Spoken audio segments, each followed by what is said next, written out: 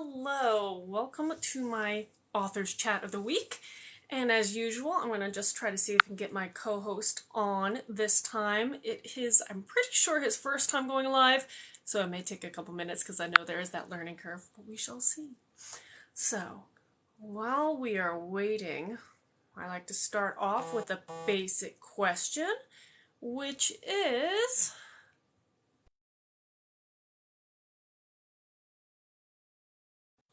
Right now, hello. Right now, I am working through the first book of swords.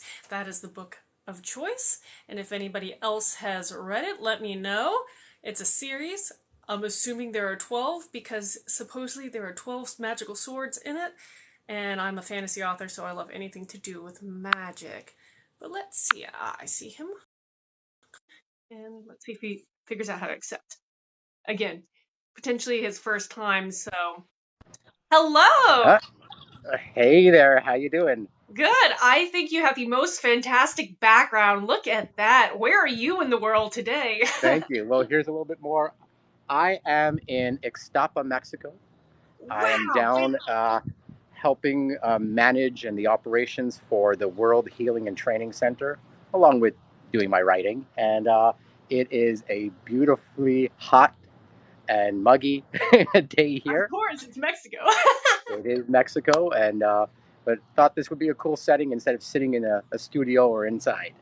Oh, yes, it is absolutely gorgeous. Now I'm going to get sidetracked and distracted just looking at your background for the rest of this. Well, I'll show you a little bit more. This is like a pool where I'm at, and I'm actually going to step into the water. Yep, there I am walking into the water, and Fantastic. there's like this little mountain thing with a stage built into it, and all kinds of performances happen there, or at dance parties, people jump into the water from there. So it's kind of cool.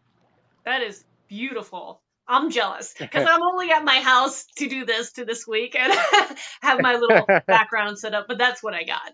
But love it. Got So, it. how I usually do these, it's pretty casual. I'll let you talk about your book, your work. Since you are more than just a writer, you can talk about, some of your other passions, and then we'll flip flop. I'll kind of do my little spiel, and then from there we just go wherever the day leads us. And usually, it's pertaining to, writing, publishing, but it could be other things because since I saw that you on your website have a lot of different passions and projects going on right now outside of writing. I I do. I sure do. So I'll let you go and tell us a little bit about your book, and go. We'll go from there. Sounds good. So, yeah, I have a book. Here it is. Of course, I And have to have it with me, right? that's so It's wonderful. called The Ridiculous Adventures of Serbanand. And what's cool about it is it's about two main characters, I would say. One is from a different planet, one is from Earth. And somehow something really bizarre happened that I'm still trying to figure out.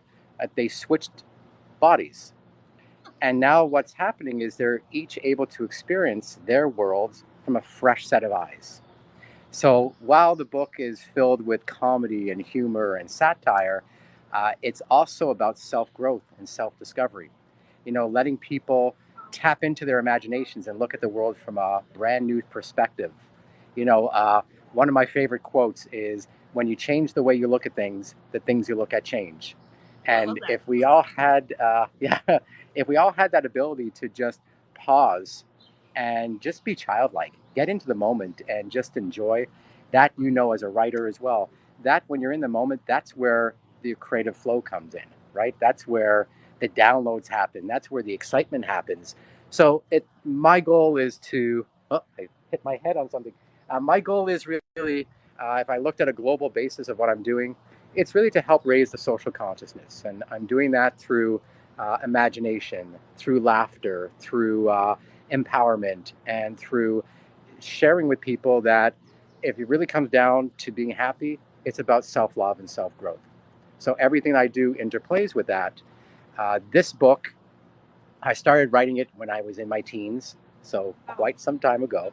I started writing it because I was inspired by Hitchhiker's Guide to the Galaxy, and I Yes. loved that series. And it ended, so I just figured I'll just write my own world, and play around with that. And I've come back to it throughout my life. my career has really been spent in fitness and wellness and empowerment.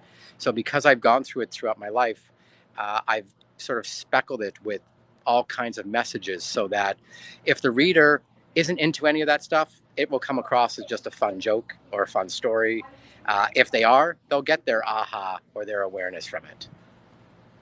Fantastic, because like I said, when I was kind of perusing your website, I was trying to connect the dots of how everything was interrelated because, like you said, you have your fitness empowerment kind of hat you wear for a person of many hats, and then you have your comical, I don't know if you want to call it satire, but definitely your book that you have, and I think you have a short story as well on your website.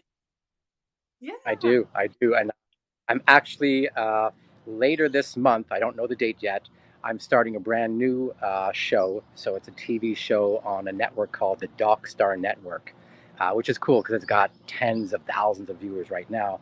And the new show is going to be called Tuning Into Your Imagination with Jeff, because I'm Jeff. And it's just all about uh, exploring the imagination and the creative flow process and what it really means to get into that state and be able to share something that someone has as a passion. So bringing on different guests.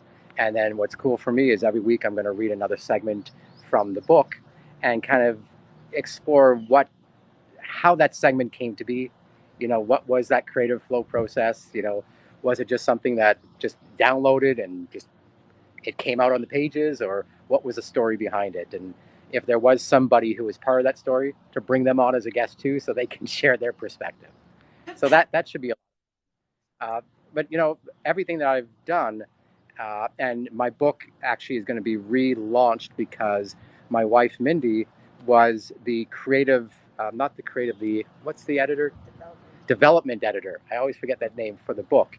But she took such a big approach to doing that, especially in book two, that we're now changing it. So she's co-authoring those books with me. So it's going to come out uh, new version, new editing done in it, fixing up some of the things that needed to be fixed up. As you Mhm. know, revisions happen continuously. Oh yes. But everything I've done has always been to help people see that there is a potential pathway or platform for them to step into to love better how they think and feel and look and dream. I absolutely love that. I love everything about what you just said, and we'll kind of delve into that a little bit more in just a moment. But what I'll do now is do my little spiel because some people on your side who know you may not know me, and that's how these lives work. So I'll do it. I'll keep it brief because I want to go back to some of the stuff you just talked about. But my name is Katharine Wibell. I am an author of several different high fantasy series. They range from young adult, new adult, and adult literature, just depending on how fun and carefree do you want versus how dark you like.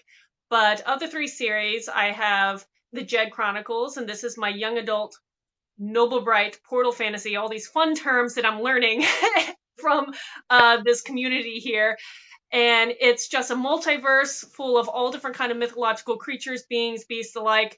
And it's just a fun adventure where you follow over the course of a number of years for this group of teenagers. Then I have the Incarn Saga. It's a 4-book series. It was my debut series. And that's a darker war shifter fantasy set in a kingdom that's on the verge of war, where both humans and the shapeshifters have to decide if they can unite and to fend off a greater threat or not, just depending on their prior history.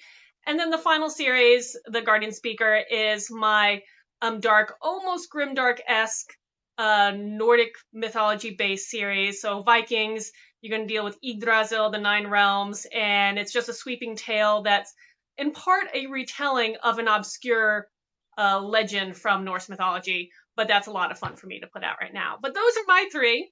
But to get back to you, I was going to say I absolutely loved, and for anybody who watches this, and I'll reshare this on YouTube next week with all your tags, so people can find you and explore. But I absolutely loved your book trailer. Like, I've never seen one so detailed and vivid. Can you tell me, like, who you hired, how you did that. Did you do it yourself? Because that was one of my favorite book trailers I have ever seen. Thank you so much. And, kudos to you on all your book series because world building is a whole world in itself, right? Yes, it definitely is. you know, for me with my book, it's more making stuff up as it happens. And, I love with it. uh, for my trailer, what happened is the reason the book got finished is when the first lockdown happened. Mindy, my wife, said to me, "Why don't you go back to doing something that you were passionate and finish it?" And the book has just been sitting. And I said, "Yeah, you know what? I will do that." And at the beginning, as I think most people who delve into a project, it's like, I'm going to do everything. I'm going to do the cover. I'm going to do the formatting and everything else. The first cover was a cool picture I took. I thought it was really awesome, but not for a cover for a book. And it was when I let go and said, you know what? I only know how to do certain things to a certain level. Let me find some professional people to do it. So the first one was, okay, let me find someone for the cover. And then the cover set the tone. And actually, when the first drawing came back for the cover, it was like, wow, that's what I envisioned when I first thought of this. With a few tweaks. And then the next step was, this needs to be done in audio. So let's get that going. So we put some other level of understanding for people. And we went on to Audible and we put out an audition. And we put the criteria male, British, background of Monty Python, Hitchhiker's Guide to the Galaxy, Faulty Towers, a bit of The Simpsons and Family Guy. And we had about 100 people who auditioned for it. And one guy just stood out so much that the opening scene that he used as his audition tape was what I heard in my head when I wrote the book. It was like, oh my God, that's it. And The we said, voice. okay, this needs to go. Yeah, it was like, that's the voice. And we said, we have to take it one step further. We need to do Hmm. something to put a visual to it because the goal would be to turn it into an animated series. So we said, well, let's start. And we went on Fiverr, which I'm sure is where a lot of people start. That's where we found the cover designer also, and found someone who they got the understanding. Like we said, okay, we want this to be in this kind of style. Here's the here's the audio, match it, and they did. And I think we've done about 3 or 4 different ones like that, showing different snippets of the story. And it just gives a whole different view because, you can read a book, and when you read the book, you step into your own imagination and you're making your own voices and your own imagery.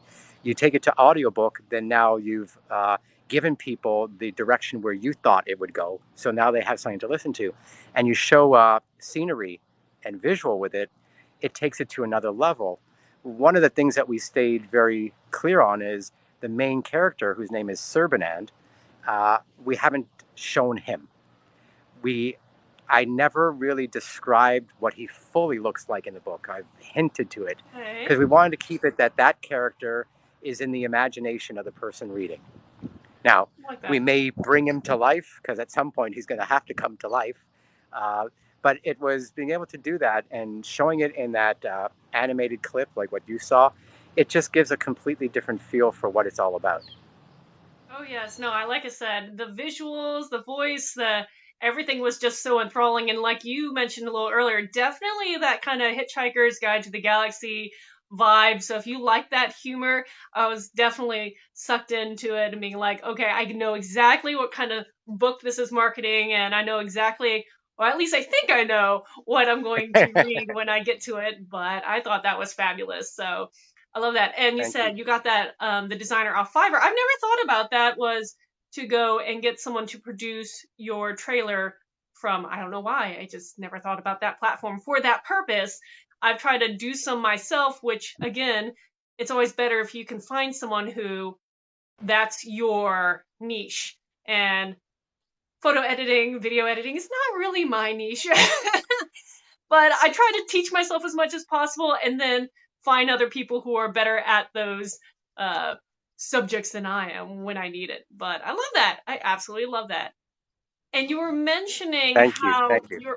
you're about to reissue, which I think is really interesting. Reissue your book with your wife as the co-author. And I'm just going to pause here and just say, for anybody who does listen to this, that's something authors, especially indie authors, are able to redo edits, make updates as you go along. You don't have to release your book and then once, because it's going to happen, someone's going to find an error somewhere, and it's out there. When you go through some of these publishing houses, it'll probably take a lot more effort to get them to make an edit than it would be for you to control some of that. But and if you do a big overhaul, it's nice because you have that control and you can choose when or how you want to do it. So yeah, so tell me a little bit more about that process of you re-releasing it with your wife. So, uh, well, we're in the process now. So I'll probably have a lot more to share. What was interesting is we had talked to a publisher who may pick up the book also in the new Mm-hmm. re-release. And we had said, we had just re-edited it because there were some typos and a few things that we saw. And her response to it was, that's okay. So I'm saying this to all the indie writers out there, that you don't need to be a perfectionist. Yes, you can to a certain degree, but people understand now they want that authenticity and realism. Is there a typo? Is there something that was missed or that you could have done better? It may come up. Even professional writers that have their books out, Mm-hmm. things happen. Uh, so it's just to share that. We're looking at how that process is going to be done. Uh, once you publish on Amazon, you can't really change the author part. You can add in a co-author on the Kindle side. You can update the cover. You can update the description. So we're going through that process. We didn't want to, like what some people have done, and what we've heard is they've taken it down. They've just started brand new. But the only aspect with that is you lose all the reviews, you lose all Mm-hmm. the momentum that you've built. And for anyone who's an indie author, marketing is like the biggest Yep. obstacle, right? Uh, Someone had told me who's a marketing expert, who's had like a number one book on Amazon too, and he said, you know what? It's not so much the quality of the work that you've done; it's the knowledge you have of how to beat the algorithms.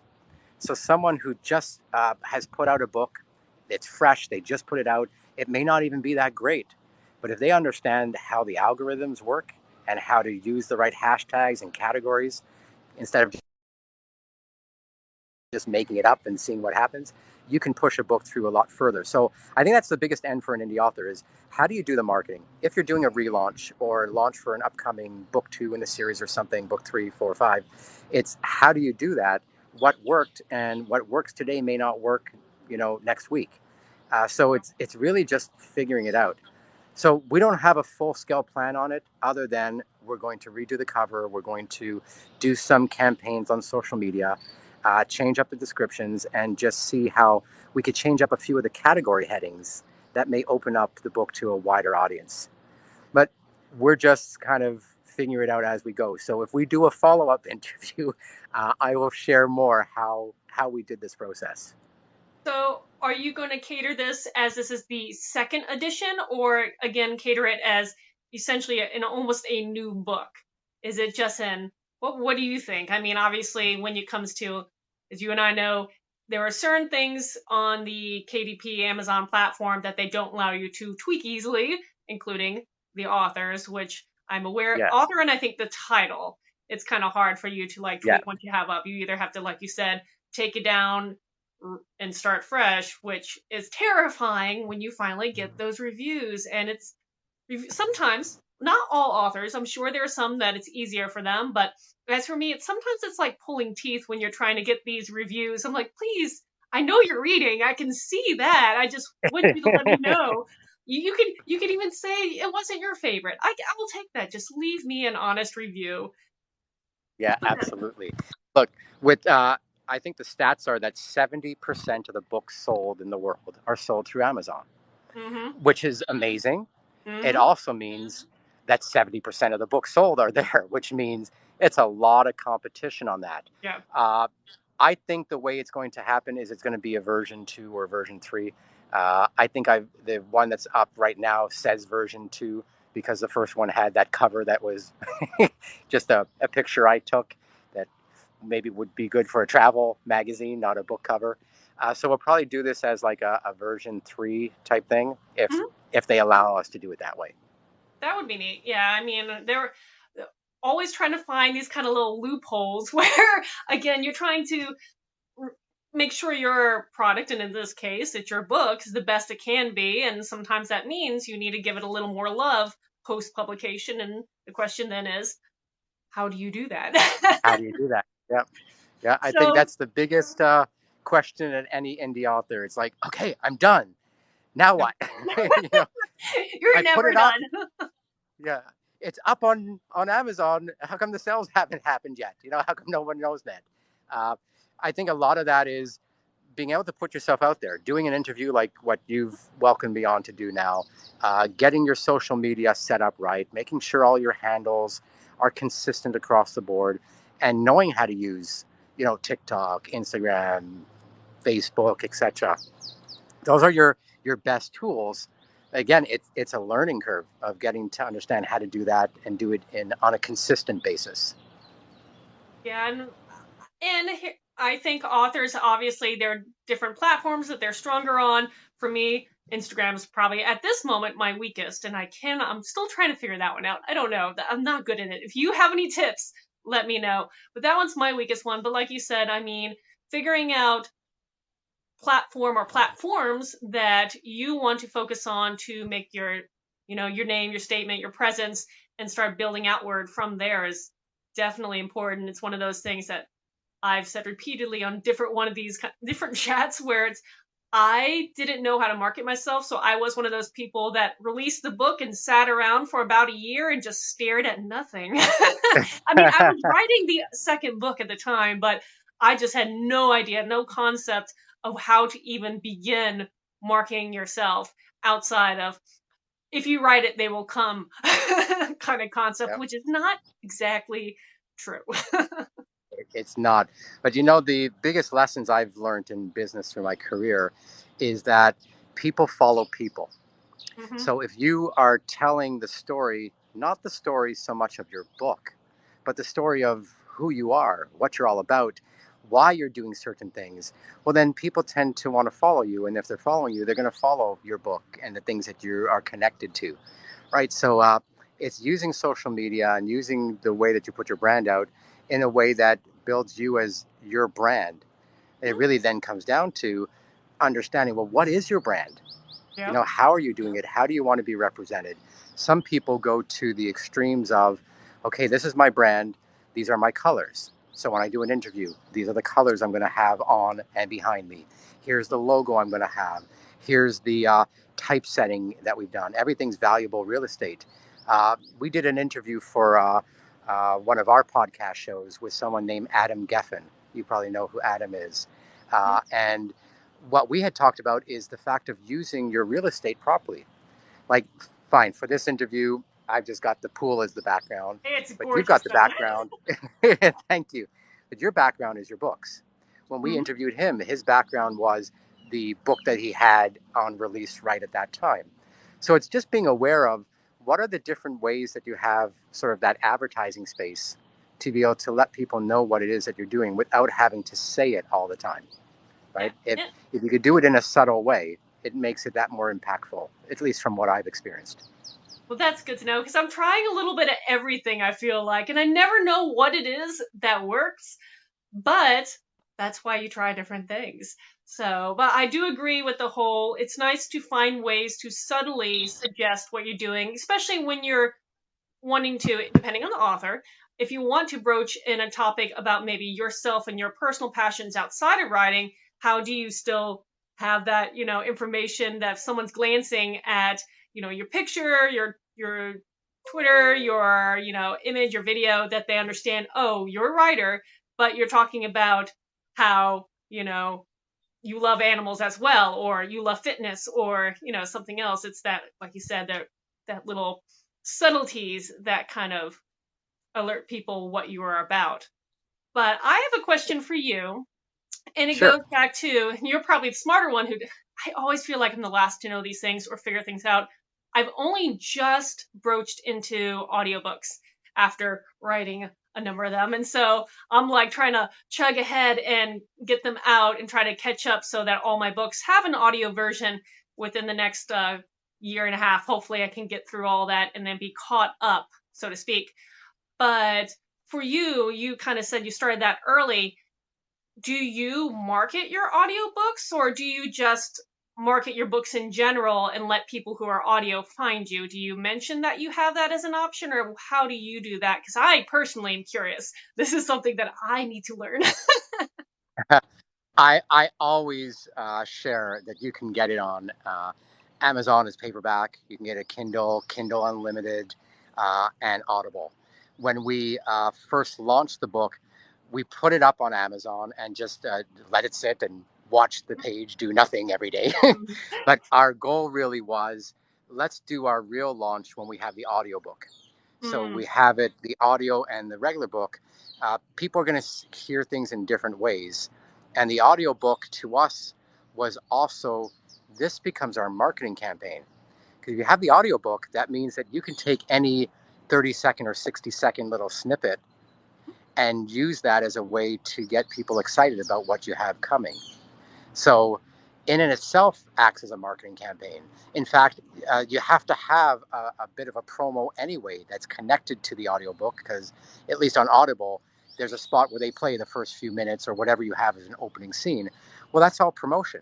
So if you start to look at it strategically and say, okay, well, I have my books, they're already out, or I'm looking to put out my books, well, how am I going to market it? Well, if I can touch people in more ways than one, then let's get an audiobook done at the same time. Let's take sound clips, let's mix them with different imagery and stuff like that. And now you can touch people on two levels. What I have found is there's two different audiences. There's a lot of people who are in the book groups online who despise audio because they are the hardcore, I need to hold a book and read a book.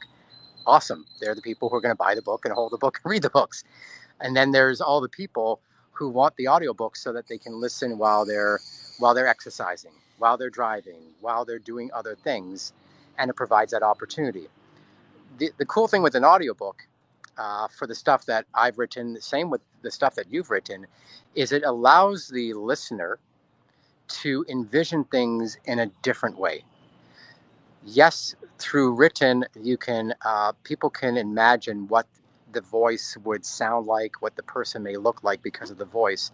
But when someone's actually speaking the voice, you don't have to do that anymore. And now the visual is on the scene or the person. So it takes it to another level. I think the two go hand in hand, and always giving people that option. There are people that are hardcore, I just do audiobooks. There are people that mhm, you've probably seen who only go on Kindle Unlimited. That's the mhm. only way that they connect. So giving people all the options is always best, because if you're doing a promotion anyway, you might as well let them know all ways that they can get in touch with you. Oh, of course.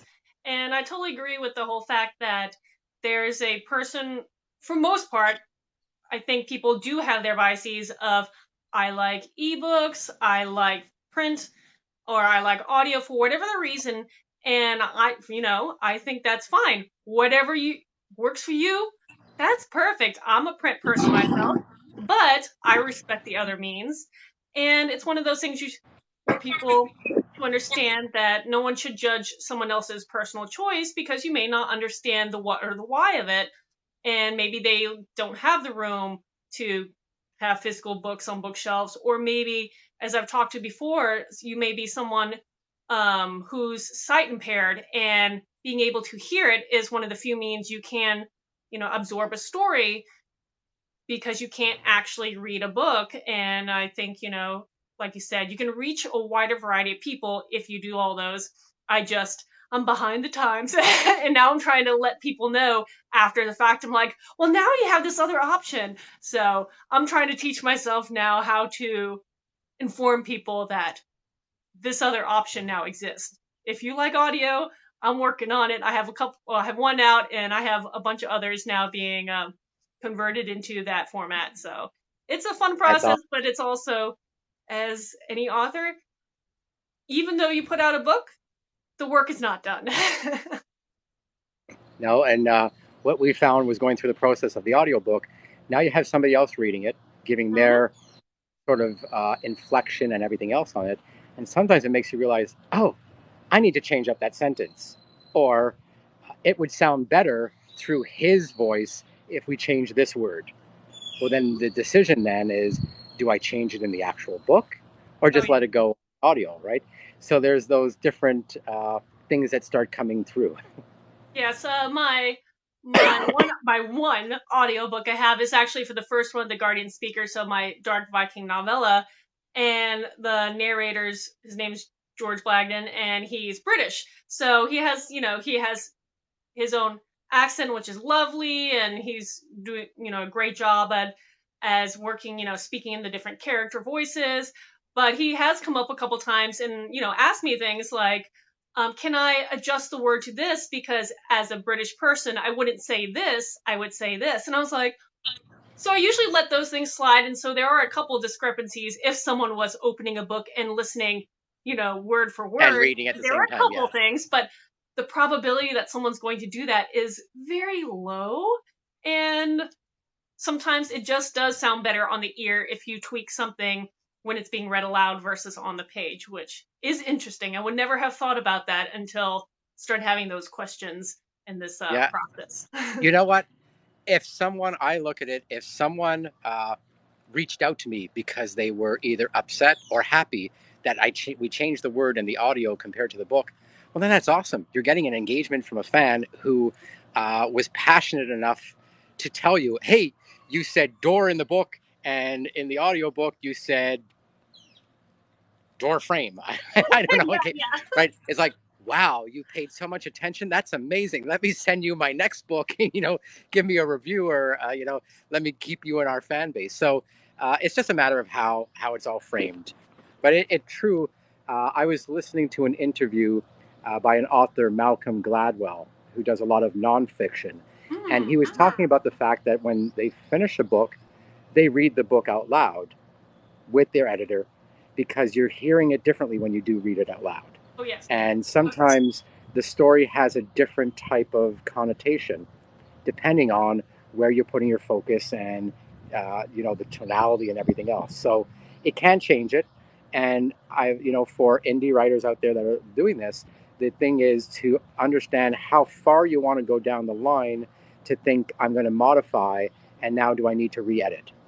And is it worth that process of re-editing? If it's just a few words, if it's something minor in the scene, but if the entire scene changes, then Mm-hmm. you want to relook at that, right? And then, Mm-hmm. for you who has so many books in your series, well, if you change something in book one, well, what's the net effect in book two, three, Oh, four? That's a big road to go down. yeah. That is definitely a hard one. And it's one of those reasons, like, just keeping details, especially if you're a series writer, keeping all those fine details of scenery, images, character aspects, descriptions, personality traits, turns of phrase that maybe one character might say versus another, and keeping those notes, because later on, if you want to tweak something, one, that can help you if you really are dedicating yourself. Two, if you can't remember, the basic one is, what is the eye color? You have those notes, and keeping that so you don't accidentally have that discrepancy as a series goes through. And I have this one book character that I realized is one of the few that I never jotted down the eye color. And I'm like twiddling my thumbs because I'm like, do I have to reread all these? I have 12 drafts written. I'm like, do I have to reread all 12 to Yeah. figure this out? Because the probability is, yes, I might have used it early on, but I don't know, and that was my fault. Keep good notes. Yeah. And, that's something that people wouldn't think about who are reading the book. I constantly have done that. How did I end that last scene? Hmm. Oh, I have to figure out what to do with that. So yeah. Yep, always figuring out how to, like, it never hurts to I'm a person that always like try to reread the prior book right before I begin the next one. One, it keeps it very, very fresh, and two, since I do something that I do not advise, where I'm publishing two series simultaneously, it just makes sure I have the right characters and the right mindset when I'm writing the right book. Absolutely. And not You know mixing what? it up. While we're continuing this, I'm going to go for a little walk so I can get to the spot where my charger is because I got a notice on my phone. But let's keep going. But we might walk a little bit if That that's okay. That is totally fine by me. But yeah, so, and if anybody if any viewers at all have any questions, feel free to pop up your questions because we love answering live as well. But kind of going back to your book series, you have one out. I know you said you have the short story. I don't know if the short story is in that same universe. Are you considering a book two, or was your first one a standalone, as they say? Great question. The first book was just going to be a standalone, but I always thought there was going to be more and more to it. The short story actually turned into the prelude for book two. So it's like, oh, cool. So I've got a short story out, and it also is measure. It's also part of book two. So it is the same universe.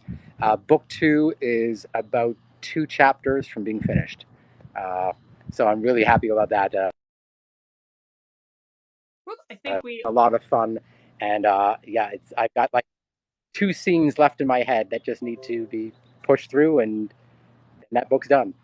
that is Uh, we've planned out this is going to have yeah, this is going to have a total of 9 books.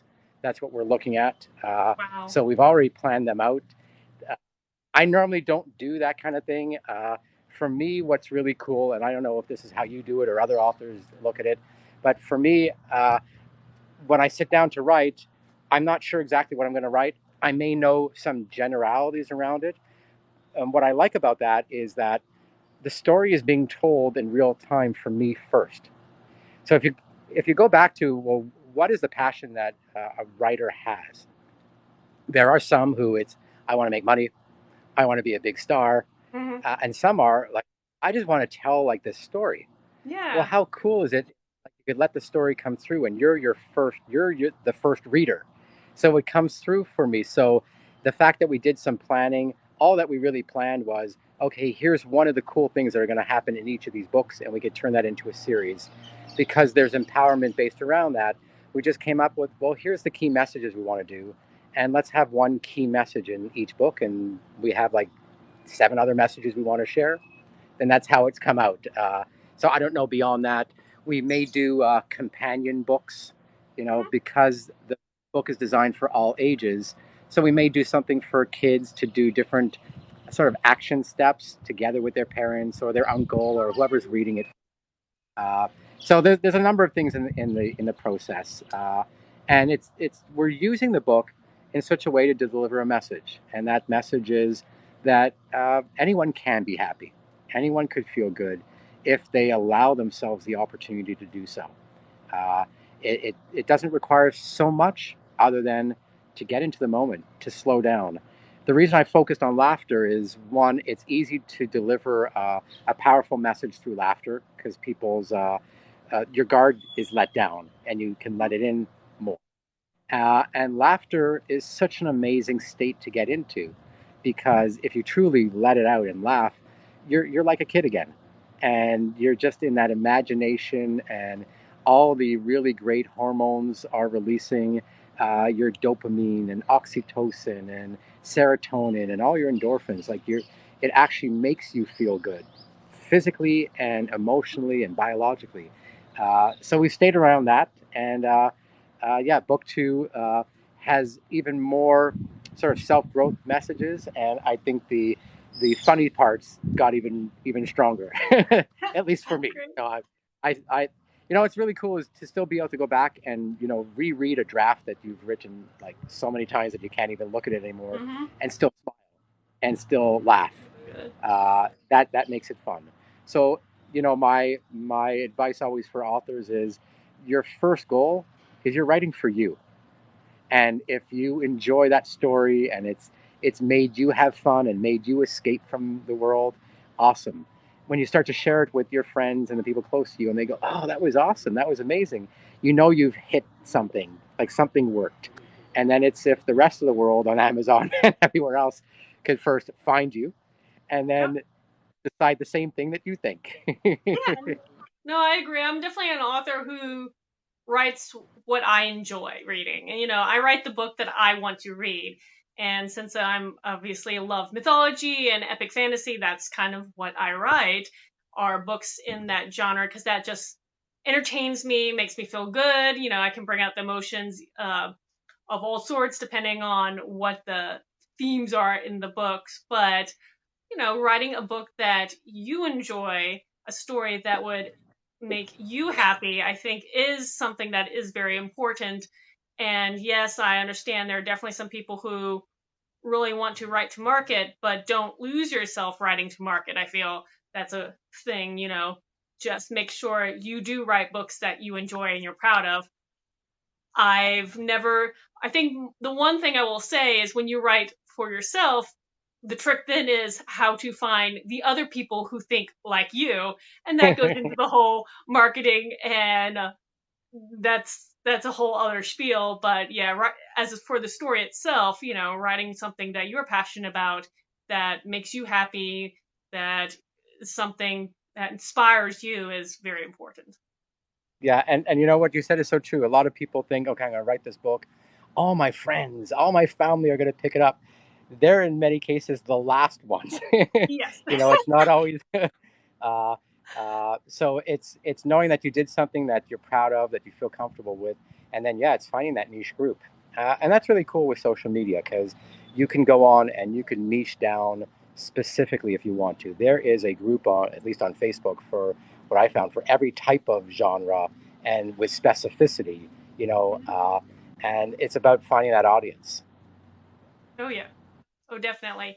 So let me ask you, as a marketing question, what is your favorite or favorites? You can pick a couple. Ways to connect. Obviously, we're mentioning all different kind of things, but is there something that works for you in particularly? Is it is it your advertising if you run ads, or is it one of these platforms? What works for you and the way you're trying to reach your audience? Right now, Facebook to me has been the strongest. Mm-hmm. More so I know how to use it, and Instagram, I don't quite get Yeah, it's Instagram. hard. Uh, TikTok, I'm just starting with, and so Facebook in more particular is being involved in the different groups. Mm-hmm. It's being able to go to those groups because there's so many different writer groups, and often people are always asking for recommendations. So it's engaging with those people. That's the strongest way, although it's tremendously time consuming. I mean, you could spend 10 hours on Facebook writing to people, and maybe a sale comes out of it. Maybe, Mm-hmm. after 5 days. I'm still looking at different marketing things. And I think it's, again, doing exactly what we're doing here. It's putting yourself out in such a way that you can have interviews and be able to leverage the audiences that other people have built up as well through their podcasts, through their TV shows. I know getting into live settings where you can actually do a reading uh, Yeah. is amazing. It's doing readings, and even if you're posting it yourself and you're just doing a reading just on a live, Mm-hmm. it's people want to be able to connect with the author in different ways. So it's just being creative. I've explored, standard traditional advertising, and I would say that in order to do that, you just need to spend a lot of money because just going onto Facebook and saying, well, I'm going to spend $300 or $100 or $50, it doesn't do it. And more so because of just how the algorithms work. Like that it gets eaten up so quickly. And there's a lot of people out there who are saying, well, I'll get you to be number one and just buy this ad campaign and do this. And I think it requires a lot more than that. To do a marketing campaign, it does require a lot of research. It does require staying on top of it. And it does require funding. I mean, that's the bottom line. There's something called a convincer level. And most people have a convincer level somewhere between 7 and 11. What that means is they need to hear the message 7 to 11 times before they make Yeah. a decision on it. It's a lot of advertising dollars to be spent to be able to do that. Mm-hmm. And the people who are successful are doing it in multiple ways. They're doing it on Amazon. They're also doing it on Google. They're also doing it on X, Y, and Z. Yeah, So that it's, multiple fronts. exactly. BookBub, great place. They can market directly. It's very expensive. Mm-hmm. So it's knowing how to allocate your time. Is it best to do it like that, or is it best to get a someone on Fiverr and to create like a really cool video intro of what your book is about, a really cool trailer. Is that the best way? Maybe. Because the cool thing with social media and with something like Amazon, it's not a standard thing of time. It's not like, okay, I did the ad on Monday and 100 people are going to buy it, which means 10 could only buy it every day for the next 10 days and I'll reach 100. No, you put something out there and 10,000 people could see it if it had that right thing, if it picked up the right aspect of it, if someone saw it and they shared it and they had a big network that amplified it. So it's a very tricky thing. And I think it's what indie authors, their biggest end is, how do I get the book out there and how do I look at marketing in a way that's going to help?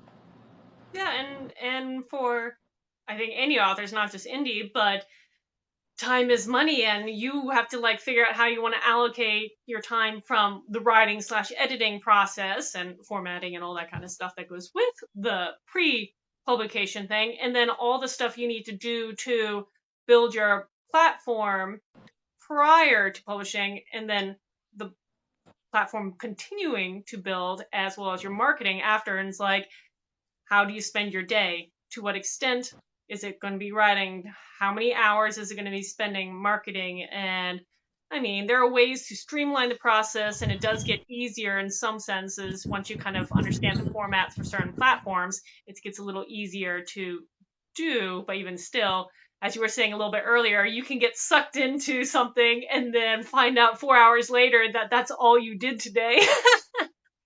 And there's no guarantee It, that it it, will prove beneficial. Hopefully it will. That's why we do it. But yeah. it's that whole notion of, okay, so you wrote a book, it's done. Hmm. Well, the book, either you're treating it as it was a hobby, I'm going to print a few copies, I'm going to give them out to some people, or this is my business. And if it's a business, then it's a matter of saying, okay, well, I'm an entrepreneur on that Yeah. side of it. Well, good. My skill set was writing the book. My skill set was not in marketing the book. So if you can approach it as a business, and if you have the ability to do it, look up and say, okay, I need to hire a social media expert to get the message out. I need to hire a PR specialist or whatever it is, and then let that expert do it. The same way, like I said, with the cover. Yeah, I could play around and I could design a cover that might be okay, but the cover is that first appearance. Well, your social media is the first representation that someone's going to have too. Can you hire someone? Some people get stuck and think, well, I need thousands and thousands. No, not really.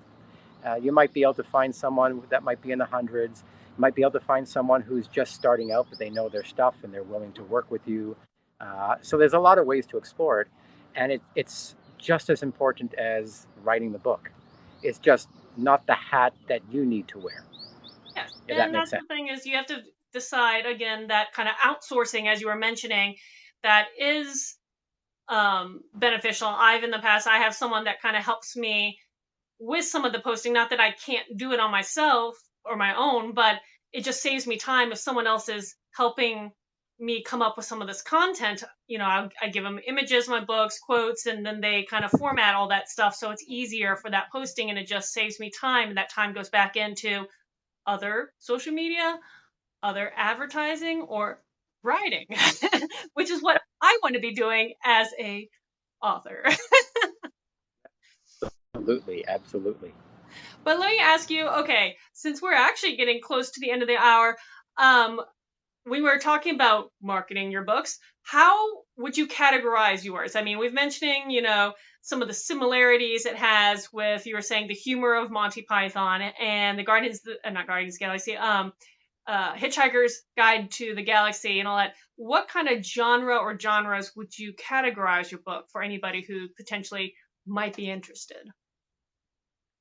That's a great question, and it's one that we're still determining. Hey, So that's fine. uh, it falls into the sci-fi category, Oh, sci-fi comedy.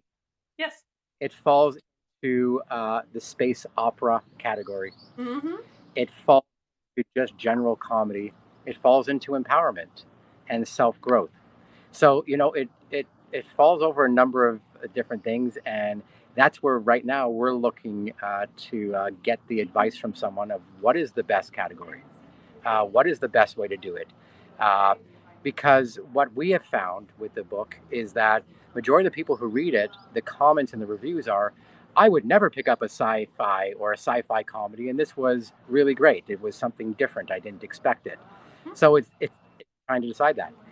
We have people saying their kids love it because of all the voices and all the different characters. So is it a kid's book? Well, it is, but it isn't. Is it a teenage book? Yeah, kind of. But there's also the nostalgia end of everyone who is familiar with Hitchhiker's Guide to the Galaxy, Mm-hmm. with Monty Python. It's like, oh, I could relive that in a different way. So it's a great question. I just don't have an answer to it. It's like that aspect of being in the indie author world. Well, who do you ask? Everyone has a different answer. Amazon allows you to have up to 10 different categories. Mm-hmm. Which is the right one? I don't know. I really don't know. I've done very well in the rankings in in satire, in just general comedy and humor, space opera, sci-fi comedy. It's just such a small genre that it could be there. I just don't. I have no idea. It's a great question, and I'm still figuring it out. I think that's the neat thing about some of these super niche categories is that they all started somewhere. So for all you know, you could be the forefront person for a genre that's going to become one of the huge thing because taste and preferences for literature and everything kind of ebbs and flows and changes throughout. So you never know. You could be one of the earlier ons. I was reading a book and for the life of me, I cannot remember the author's name, but she was one of the first authors to kind of coin IR romance, so interracial romance in Oh, writing. cool. And she's now one of the top, if not, she's definitely one of the top ones year to year in that genre. But at one point, that wasn't necessarily a thing. And now it's broken away and is its own identifiable genre. And for all you know, you could be the next one that kind of comical, satirical, sci-fi. That's so much fun though. I wish I Yeah. could write comedy. I think I like enjoying it. I just don't think I have the mindset to be comedical through my writing. And I do try to challenge myself to have a comical character periodically, but it's definitely not something that I am strong at. So kudos to you. And Thank you. and I do like the concept of a book being able to tell and express these important ideas that anybody can find relatable and that kind of self-empowerment, the loving oneself, the being able to take in the moment. Those are all very powerful things that people, should pay attention to in their day-to-day lives. And, if you find you figure that out through literature, more power to you. So that is really neat. Awesome. Awesome. Well, well, let me ask because we're almost over. Is there anything you would want to tell people about you, your writing, maybe some of your other stuff? Because I saw that you have some kind of TV show podcast you've catered online. So let me know, let people know anything you want to express before our hour ends. Okay, well, cool. Well, again, as my overall goal is to inspire people to, be happy, to approach things from a self-love standpoint. So I do a number of things. So we have the book and the series of the book. We're helping to oversee and manage what's going to be probably the largest wellness, health, and fitness platform online. Uh, that will it's really to help people again self-love, self-healing, so really embedded in that. That's called Braveheart Nation. Uh, and on one of the TV networks, that's called the Doc Star Network, I have a show coming out that's called Tuning Into Your Imagination with Jeff. That's me. That will be a lot of fun.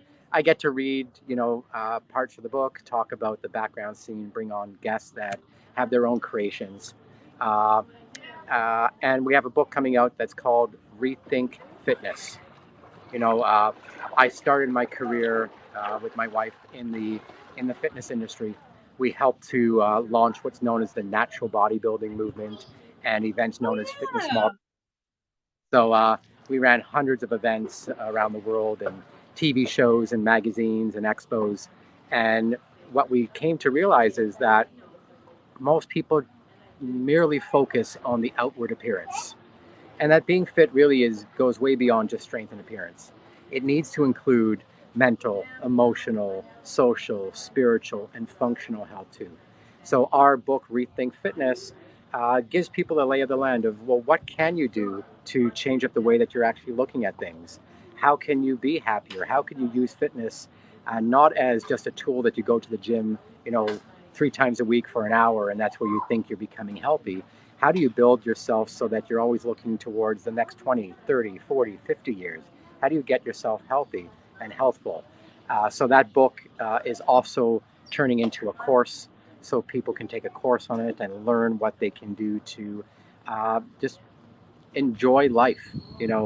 I think the last number of years have shown us that you need to rethink the way you're doing things, or like my shirt, unlearn. Mm-hmm. You need to unlearn and relearn. So that's been a lot of my focus. So everything that I'm kind of touch falls within those realms. Uh, my website is jeffreykippel.com, and on that it has a little snippet of here's all the things that I'm doing and how you can connect up. And on social media, my handle is at Jeffrey Kippel on most of the platforms. I think all the platforms, that I'm on at least, uh, and yeah, it's just doing things to help people just enjoy the everyday better. Uh, there's a lot of people I think who get stuck in not feeling happy, and then that leads to depression, and that leads to health challenges. What happens in the invisible, in the emotional, shows up in the physical in your body. And if through our books, through our teachings, through our lessons, we can help people put a smile on their face and feel good, then we've accomplished what we set out to do. That's fantastic. And I think going back on one of your things you just noted, the fact that you were one of the people who did that whole all natural bodybuilding. I may have been on one of your shows at one point because I did that way back. I was in one number of years ago, but so that's pretty cool. I did Oh, not that's cool. realize that. Yeah. So that's So neat. we started, the organization was first called the World Natural Sports Organization, and then it launched into the FAME World Tour. And we had hundreds of shows and huge expos. And what was cool is one of my roles was being head judge.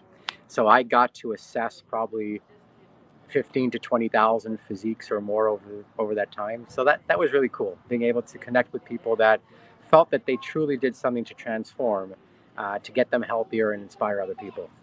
So Well, cool that you were part of that world too. so that's pretty neat. It's a small world, I find. But I'm going to say, well, thank you for coming out. I know you are out and busy all the way down in Mexico, but I'm so glad you got to join me today. And if at any point in the future you want to do another one of these chats, just let me know. Reach out since I do them weekly with different authors. And yeah, I will be in touch with you. And next week I'll reshare this on YouTube, posting all your contact information below. So hopefully more That's people can awesome. find you and learn about your books.